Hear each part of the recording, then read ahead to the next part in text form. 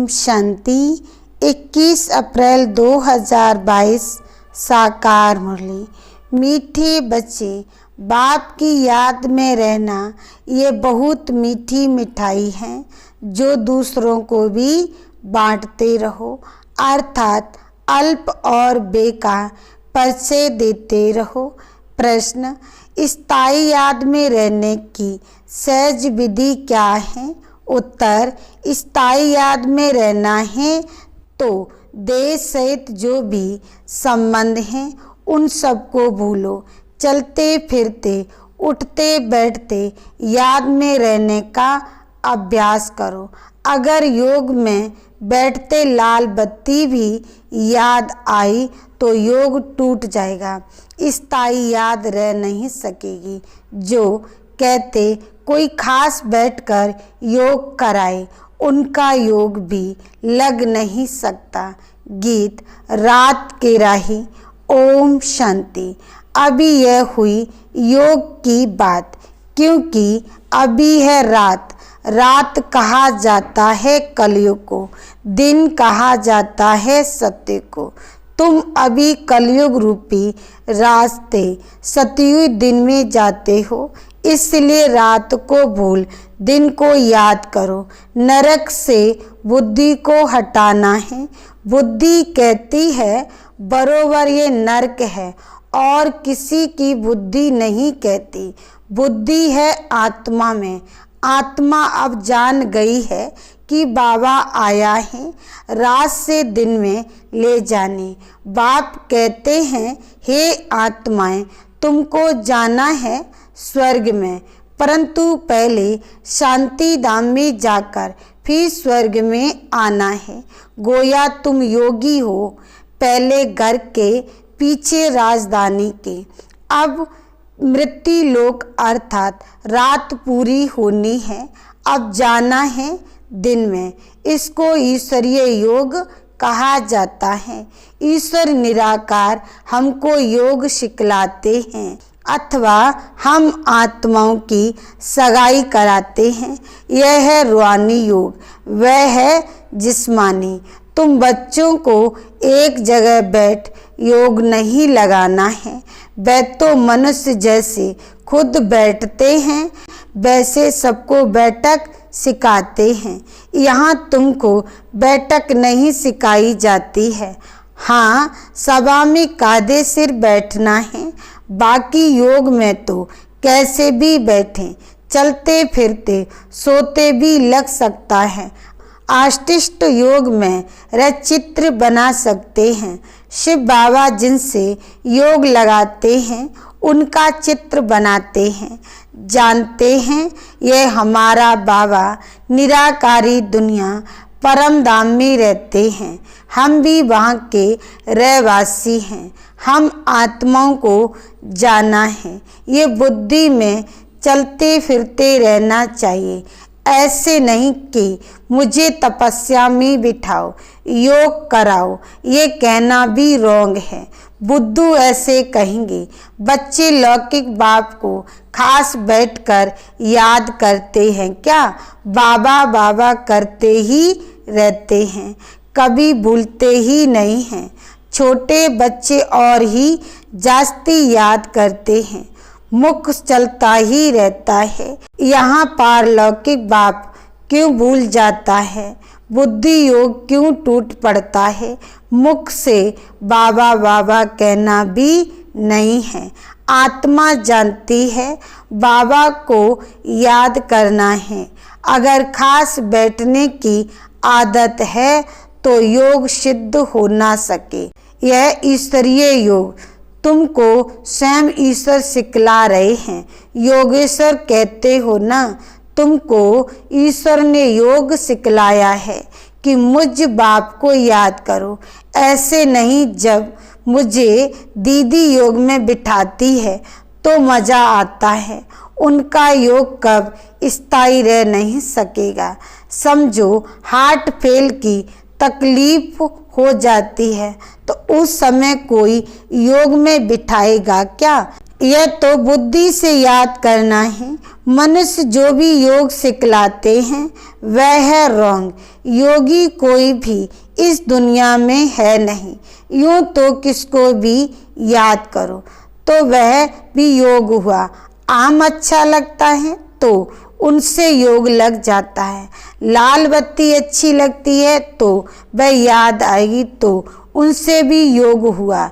परंतु या तो देह सहित देह के जो भी संबंध हैं उन सबको बोल मुझ एक के साथ योग लगाओ, तब तुम्हारा कल्याण होगा और तुम विक्रमाजीत बन जाएंगे। बाप ही आकर सतगति का रास्ता बताते हैं। बाप के बगैर कोई भी सतगति दे ना सके। बाकी सब है दुर्गति का रास्ता बताने वाले। स्वर्ग कहा जाता है सतगति को और मुक्ति धाम जहाँ हम आत्माएं रहती हैं वह है घर। इस समय सभी को दुर्गति में पहुंचाने वाली है मनुष्य मत। निराकार बाप आकर सतगति देते हैं। फिर आधा कल्प हम सतगति में रहते हैं। वहाँ भगवान से मिलने मुक्ति जीवन मुक्ति पाने के लिए दर दर भटकते नहीं हैं। जब रावण राज्य शुरू होता है तब दर दर ढूंढना शुरू करते हैं क्योंकि हम गिरने लग पड़ते हैं। भक्ति को भी शुरू होना ही है। तुम जानते हो अभी हम शरीर को छोड़ फिर शिवालय में जाएंगे। सत्युग है बेयत का शिवालय, इस समय है वैश्यालय। ये बातें याद करनी पड़ती हैं। शिव बाबा को याद नहीं करेंगे तो वो योगी नहीं भोगी ठहरा। तुम किसको सुनने के लिए कहते हो तो कहते हैं हम 2 वचन सुनेंगे। अब 2 वचन तो बहुत नामी ग्रामी हैं। मन मना भव मध्य जीव भव। मुझे याद करो और वर्षे को याद करो। इन 2 वचनों से ही जीवन मुक्ति मिलती है। बाप कहते हैं मुझे याद करो तो निरोगी बनेंगे और चक्र को याद करेंगे तो धनवान बनेंगे। 2 वचन से तुम एवर हेल्दी और एवर वेल्दी बन जाते हो। अगर राइट बात है तो उस पर चलना पड़े, नहीं तो समझते हैं बुद्धू है।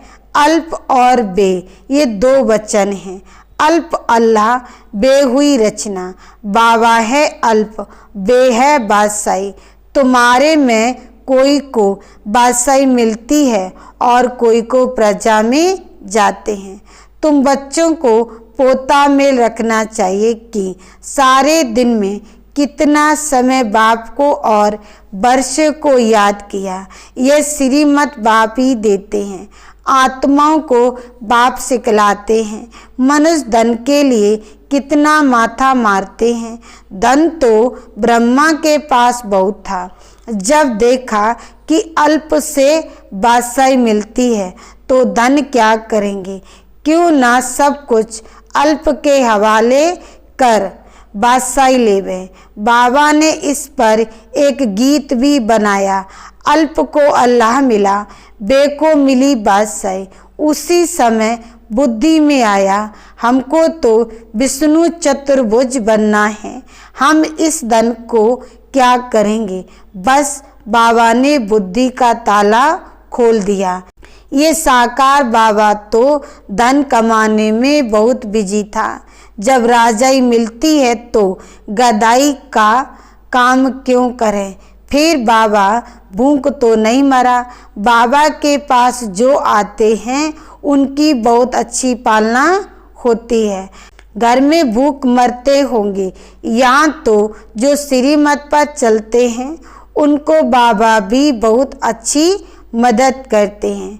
बाबा कहते हैं सबको रास्ता बताओ कि बेयत के बाप को याद करो और चक्र की नॉलेज को याद करो तो तुम्हारा बेड़ा पार हो जाएगा।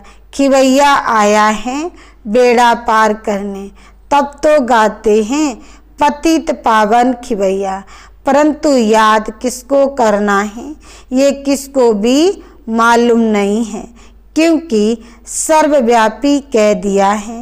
एक ही शिव के चित्र को कहते हैं भगवान, फिर लक्ष्मी नारायण या ब्रह्मा विष्णु शंकर को भगवान क्यों कहते हैं? अगर सब ही बाप बन जाए तो वर्षा कौन देगा? सर्वव्यापी कहने से तो ना देने वाला रहा ना लेने वाला रहा। लिखा हुआ है ब्रह्मा द्वारा स्थापना, ऊपर में शिव खड़ा है। शिव बाबा ब्रह्मा द्वारा देवता बनाते हैं तो ब्रह्मा भी देवता बनेंगे। ये काम एक बाप का ही है, उनकी ही महिमा है।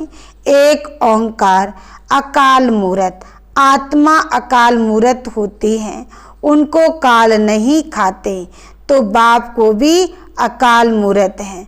शरीर तो सबके खत्म हो जाते हैं, आत्मा को कभी काल खाता नहीं, वहाँ अकाले मृत्यु कब होती नहीं है। समझते हैं हमको एक शरीर छोड़ दूसरा लेना है। स्वर्ग में तो जरूर पुनर्जन्म भी स्वर्ग में ही होगा।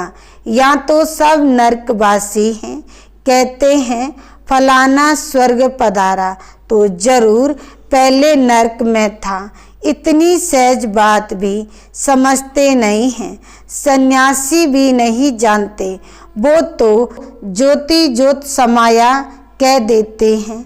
भारतवासी भगत भगवान को याद करते हैं, गृहस्थी भगत हैं, क्योंकि भक्ति प्रवृत्ति मार्ग वालों के लिए होती है। वह तो तत्व ज्ञानी हैं, समझते हैं हम तत्व से योग लगाकर लीन हो जाएंगे। वह तो आत्मा को भी विनाशी मानते हैं। सत्य कब बोल नहीं सकते, सत्य है एक परमात्मा। तुमको अभी सत्य का संग है तो बाकी सब झूठ हुए। कलयुग में सत्य बोलने वाला कोई मनुष्य होता ही नहीं। रचयिता और रचना के बारे में कोई भी सत्य नहीं बोलता। बाप कहते हैं अभी मैं तुमको सभी शास्त्रों का सार बतलाता हूँ। मुख्य जो गीता है उनमें भी परमात्मा के बदले मनुष्य का नाम डाल दिया है, जबकि कृष्ण इस समय सामरा है। अब कृष्ण का भी ऐसा चित्र बनाए जो मनुष्य समझे। डबल सेट देवे, एक तरफ सांवरे का सेट, दूसरे तरफ गोरे का सेट। फिर उन पर समझाया जाए कि काम चिता पर बैठने से काला बन जाते हैं, फिर ज्ञान चिता पर बैठने से गोरा बन जाते हैं। निवृत्ति और प्रवृत्ति दोनों ही मार्ग दिखाना है। आयरन एज फिर गोल्डन एज बनती है, गोल्डन एज के बाद फिर सिल्वर कॉपर होती है। आत्मा कहती है पहले मैं काम चिता पर थी, अब मैं ज्ञान चिता पर बैठी हूँ। अब तुम बच्चे जानते हो हम पति से परिस्तानी बन रहे हैं। योग में रहें, तुम कोई भी चीज बनाओ तो कभी खराब नहीं होगी। बुद्धि ठीक रहने से मदद मिलती है, लेकिन है मुश्किल। बाबा कहते हैं हम भी भूल जाते हैं। बहुत तिरकनबाजी है, बड़ा अच्छा अभ्यास चाहिए। स्थायी याद ठहर नहीं सकती, चलते फिरते याद में रहने का अभ्यास करना है। याद तो काबी रह कर सकते हो, याद से बल मिलता है।